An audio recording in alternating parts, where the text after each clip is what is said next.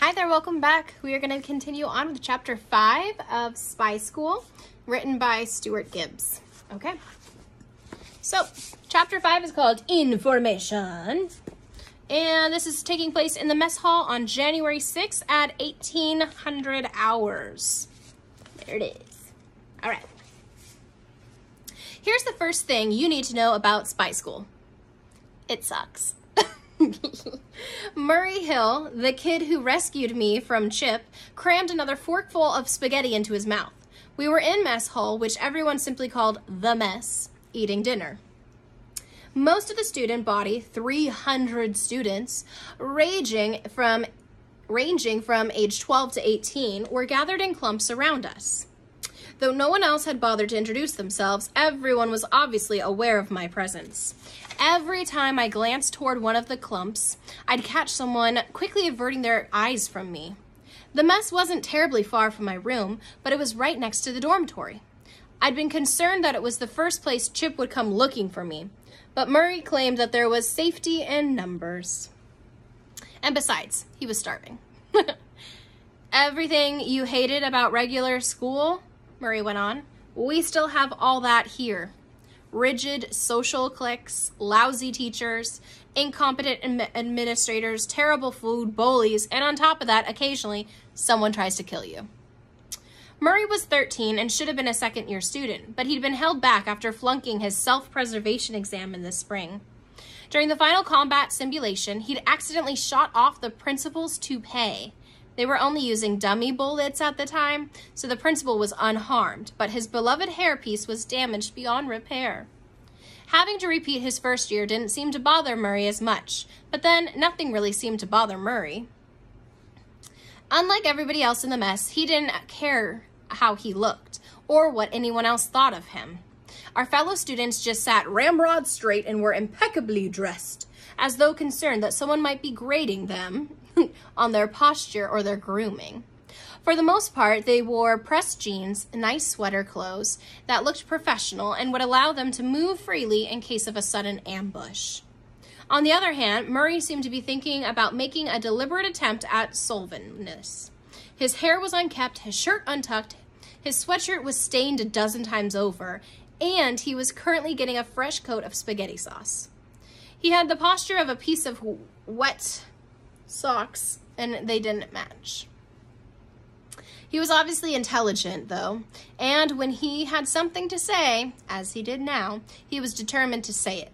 I was having a hard time getting a word in edgewise. Wait, I said. You mean Chip was trying to kill you? No.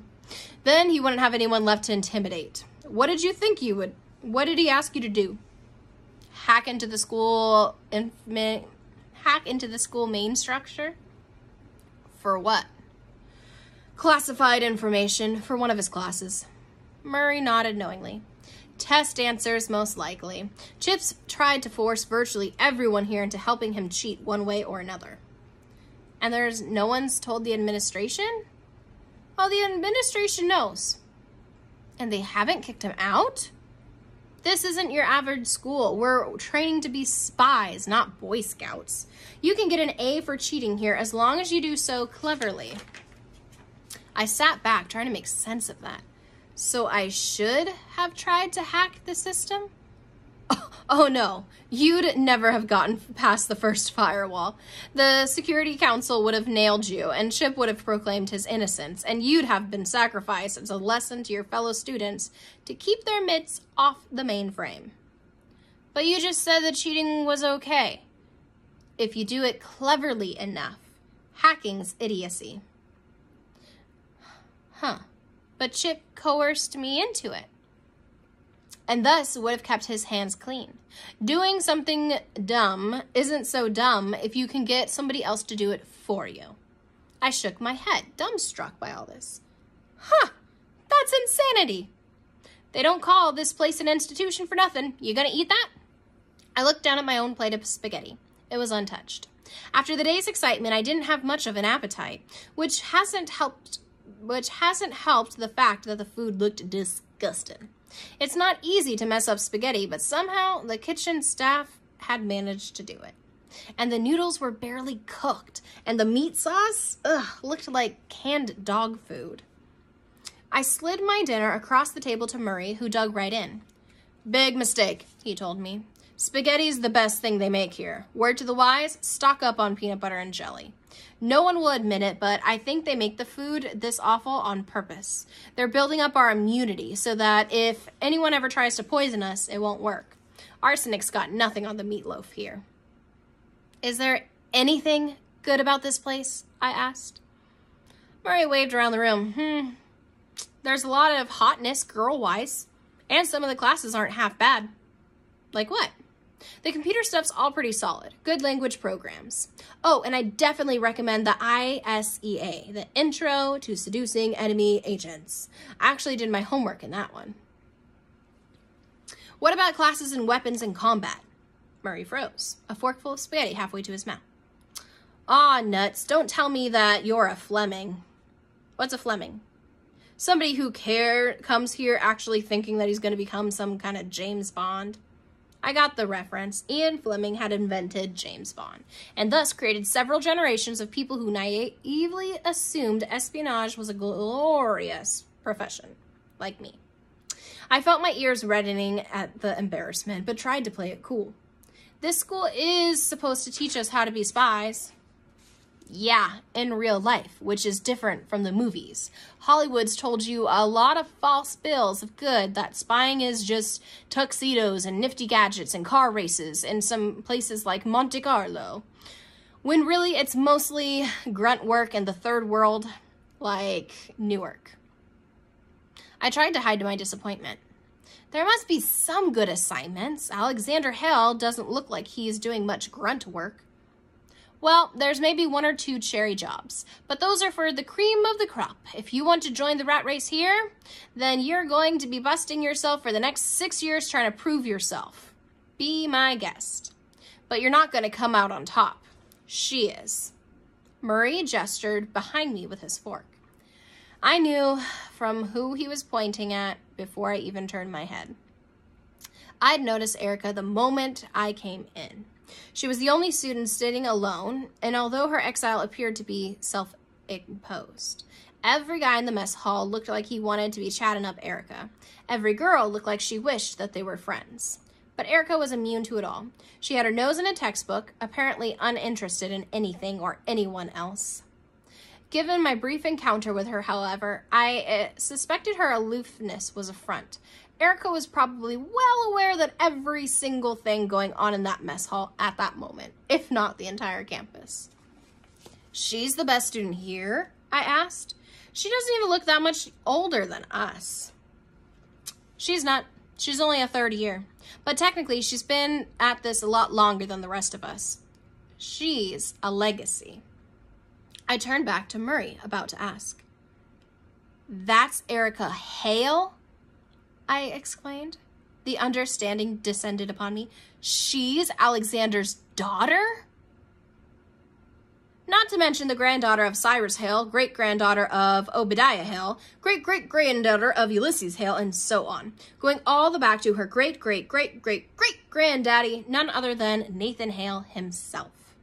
His family's been spying for the United States since before there was a United States. If anybody's graduating into the elite forces, it's her." "So you're not even going to try?" Murray shoved his second empty spaghetti bowl aside and dug into dessert, which was green jello with unidentified objects suspended in it. "I used to be like you back when I first got here. I was all gung-ho to be a Fleming as you had ever seen. But then one day, in the middle of my second semester, I'm in the gym here learning how to fend off an attacker with a machete when I have this epiphany about becoming a field agent. People try to kill field agents. On the other hand, very few people ever kill the guys who work at headquarters." "Hold on," I said. "You want a desk job?" "Absolutely. You work 9 to 5, get a nice place in the suburbs, put in your 30 years and retire with a big old government pension. Who cares if it's not glamorous? Give me mundane and safe over glamorous and dead any day." I had to admit, Murray had a point. And yet I still felt like if I worked really hard, someday I could be as good as Erica, and once I was, I'd be very hard to kill. Of course you can't let the administration think you want to be a desk jockey. Murray polished off his Jell-O with one long slurp. They'll bounce you for not being with the program. You've got to make it look good, like you're trying to be a field agent, but you just don't quite have the chops. Now, trying to be bad isn't easy, although it is easier than actually trying to be good. Why are you telling me this? What do you mean? I waved around the room at all the clumps of students. Have you shared this wisdom with everybody else? Why did you save me from Chip?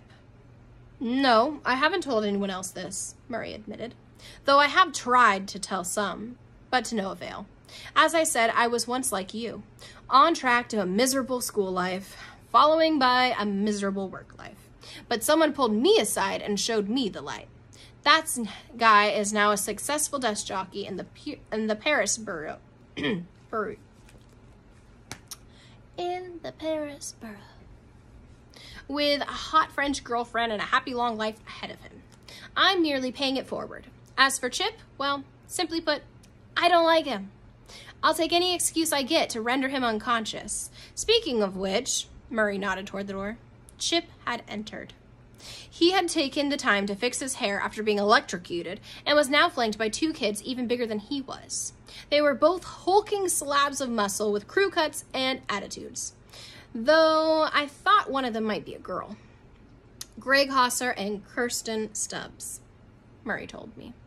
Neither one's exactly a genius, though the agency always has its use for a few people who are just big and mean, and I don't question orders. Everyone in the room paused mid-conversation to find out whom Chip and his goons were targeting. Every pair of eyes followed him, except for Erica's. She stayed riveted in her book, as if unaware that anything else was happening.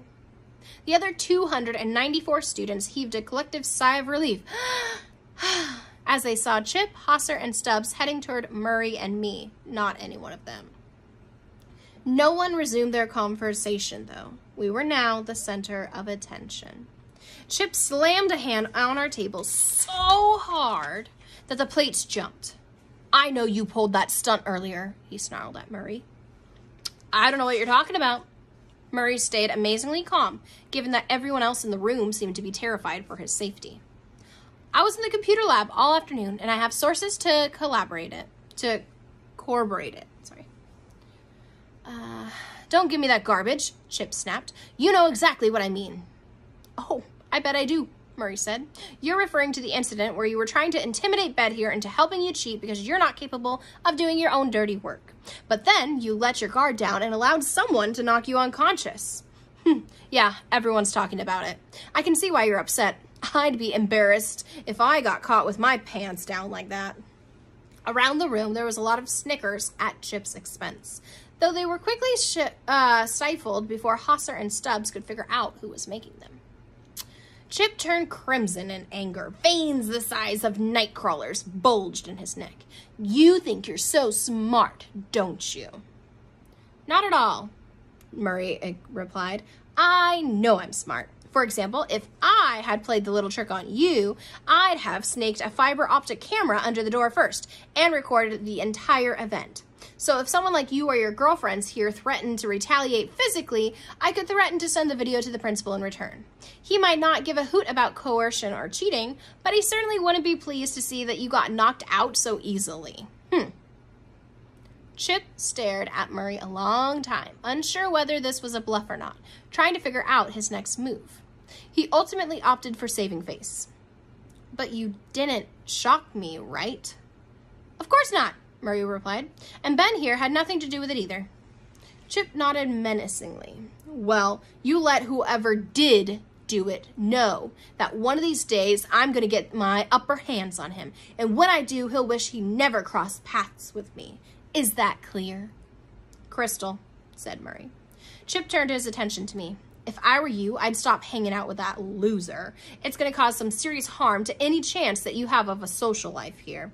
It might even cause you serious harm. He emphasized this. Hosser snatched the spoon out of Murray's hand, clenched his fist around it, and squeezed. When he opened his hand again, the steel utensil had been crumpled as if it was just a candy wrapper. He plucked it into Murray's milk. I'll be keeping my eye on you, Chip warned. And then he and his thugs stormed off to dinner. Ugh, Murray grunted. Big muscles, very little brains. Anyone remotely intelligent would know there wasn't enough time to rig a fiber optic camera and a portable Van de Graaff electrostatic generator. I wouldn't be afraid of them if I were you. Only I was afraid. In fact, it occurred to me that I had spent a considerable amount of time since my arrival at spy school in various states of fear, ranging from moderately spooked to completely terrified.